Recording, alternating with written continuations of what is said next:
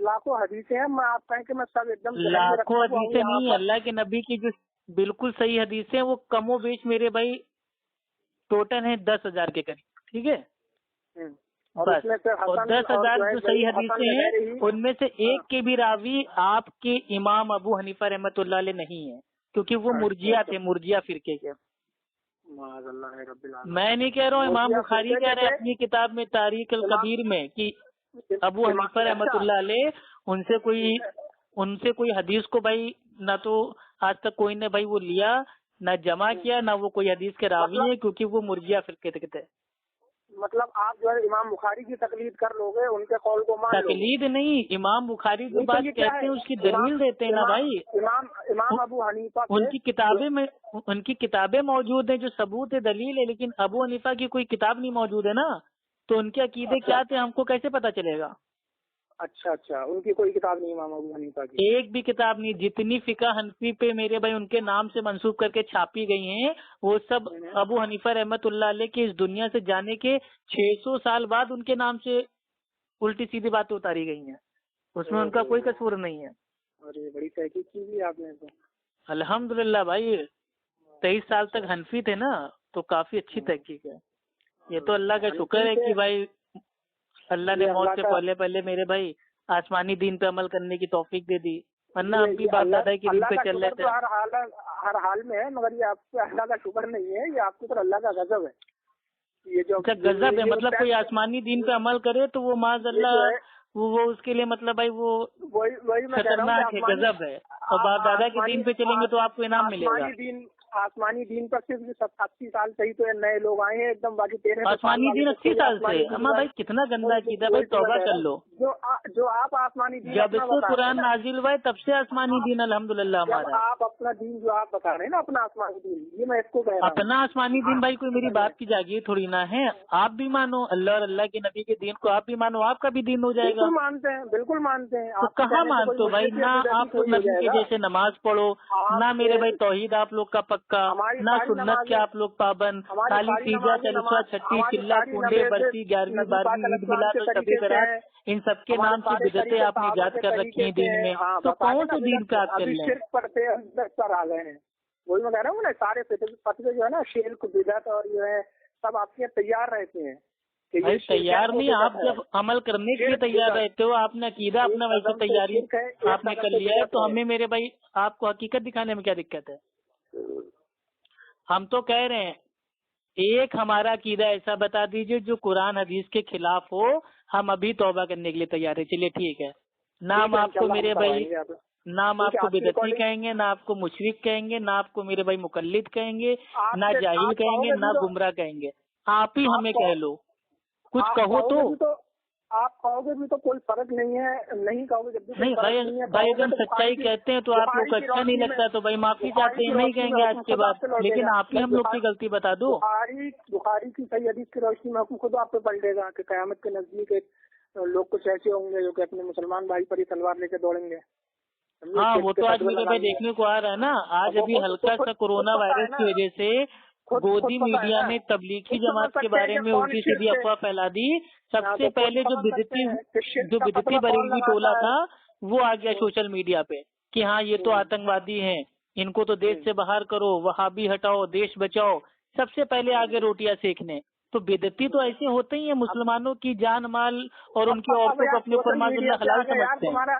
یا تمہارا کوئی بھروسہ نہیں ہے, صرف فالتو میں ٹائم خراب کر رہا ہو. فی الحال فری ہو کے بات کریں گے بھائی. چلیے ٹھیک ہے, سچائی سن کے ہو سکتا ہے دماغ کی بتی آپ کی آن ہو گئی ہو. چلیے اچھی بات. وہ تو میری دماغ کی بتی الحمدللہ بہت ٹائم سے. اچھا سر سے بتائیے میرے بھائی, تبلیغی جماعت کا کیا میرے بھائی آپ کے علماء نے سپورٹ کیا چند کو چھوڑ کے؟ گنتی کے 2-4 میرے بھائی عالم دین کو جو سمجھدار تھے, جو راجنیتی سمجھ رہے تھے, ان کو چھوڑ کے جتنے آپ کے معتبر جو علامہ بنتے ہیں, کسی نے بھی تبلیغی جماعت کا کے سپورٹ کیا کہ نہیں بھیا ان کے اوپر جھوٹی افواہ کو نہ پھیلاؤ, وہ نہیں مطلب اس ٹائپ کی حرکت کر رہے ہیں, انہوں نے یہ جو کورونا ہے وہ نہیں پھیلایا؟ ایک بھی عالم نے آپ کے کہا؟ الٹا آپ کے عالم مطلب بیان دے رہے ہیں کہ ہاں یہ ان کی چال ہے, ان کو سعودی سے فنڈنگ ہوتی ہے, یہ کورونا پھیلانے کے لیے بھیجے گئے ہیں. یہ آتنکوادی ہیں، یہ وہابی ہیں، نبی کے گستاخ ہیں، ترنت آپ لوگ نے میرے بھائی روٹیاں سیکنا چالو کی کہ نہیں کی؟ آپ بتاؤ. دیکھو بھائی، اس پر بھی ابھی تک تو آپ بڑی تحقیق کر رہے تھے، جبکہ آپ کو خود اس پر کچھ اور بھی تحقیق کرنا چاہیے، یہی کہوں گا خالی میں. ارے آپ کے بریلوی عالموں کے بیان میرے بھائی نیوز پیپر میں آئے ہیں. اگر میں جھوٹ بول رہا ہوں تو میرے بھائی آپ کہیے گا. اس کا مطلب آپ میرے بھائی جو دنیا ہے آپ اس سے کافی دور ہیں. آپ شرک اور بدعت میں اتنا اٹکے ہوئے ہیں کہ دنیا میں کیا ہو رہا ہے آپ کو پتہ ہی نہیں ہے. مطلب جو ہے کہ جو نیوز پیپر آپ کے نزدیک حجت ہے، اس ٹائم ایک طرف گودی میڈیا بھی کہہ رہے ہیں تو گودی میڈیا ہے، ٹھیک ہے. ارے چلیے ٹھیک ہے، نیوز پیپر چھوڑیے، کھلے عام میرے بھائی ویڈیو میں آپ کے مولانا نے بیان دیا ہے. اپنی بات میں ہر جگہ آپ پھنس رہے ہو. چلیے ہم کہہ رہے ہیں چلو جو نیوز پیپر والوں میں چھاپا ہے چلیے مان لیا بحث کے طور پہ غلط ہے. آپ کے عالم دین نے بریلوی مسلک کے انہوں نے بیچ اپنے ویڈیو میں کہا ہے، ویڈیو انہوں نے میرے بھائی شیئر کیا ہے سوشل میڈیا پہ کہ یہ تبلیغی جماعت جو ہے اس کو سعودی سے فنڈنگ ہوتی ہے، یہ آتنکوادی جماعت ہے. دیکھو لاکھوں لوگ ہیں، ہر اس میں سب کے اپنے الگ الگ نظریات ہوتے ہیں، تو آپ سپورٹ کرتے ہو اتنا کس کو؟ تبلیغی جماعت کو سپورٹ نہیں کرتا ہوں. نہیں اس معاملے میں جو ان کے اوپر جو یہ افواہ پھیلائی جا رہی ہیں اس میں سپورٹ کرتے ہو؟ تبلیغی جماعت سے تو ہمارا بھی میرے بھائی اختلاف ہے، علمی اختلاف ہے، لیکن ہم اس کا سپورٹ تو کر رہے ہیں کم از کم. بنام مسلم اسلام کے لیے میں نے سب سے پہلا جو ہاں اسلام کے لیے ہی ان کا سپورٹ کر رہے ہیں، کیونکہ تبلیغی جماعت کے کندھے پہ رکھ کے تمام میرے بھائی انڈیا کے جو مسلمان ہیں ان کو بدنام کیا جا رہا ہے. یار ابھی دیکھو آ گئے آپ، پھر اب آپ کریں مسلمان، ابھی آپ کریں تو مشرک. خیر چلو کوئی بات نہیں، بعد میں بات کریں گے انشاءاللہ. ارے تو مسلمان بھی تو ہو سکتا ہے میرے بھائی نا مشرک. اللہ تعالیٰ قرآن میں کہتا ہے نا سورہ یوسف کی آیت نمبر 106 میں کہ اکثر لوگ ایسے ہیں جو اللہ پہ ایمان بھی لاتے ہیں اس کے باوجود شرک کرتے ہیں. سورہ یونس آیت نمبر 106. وہ منافقوں کے لیے ہے. ہاں تو منافقی تو ہو گئے نا بریلوی. وہی تو میں کہہ رہا ہوں، یہ تو وہابی منافق ہیں، بریلوی نہیں. منافقت تو بریلوی ایک طرف کہتے ہیں اللہ کی عطا سے ہمارا سارا کام ہو رہا ہے، دوسری طرف کہہ رہے ہیں کہ یا غوث اعظم تو نہیں معاف کرے گا تو کون معاف کرے گا، یا غریب نواز آج آپ دولہا بنے ہیں اور ہماری بات کو قبول کر لیجیے. تو یہ سب کیا ہو رہا ہے؟ وہ آپ اس کو اچھے سے دیکھ سکتے ہیں کتنی منافقت دکھائی ہے آپ کے عالم صاحب. فی الحال ٹائم بہت ہو گیا. چلیے بھائی ٹائم بہت ہو گیا ہے، ٹھیک ہے. اللہ تعالیٰ آپ کو ہدایت دے، ٹھیک ہے. السلام علیکم من اتبع الہدی.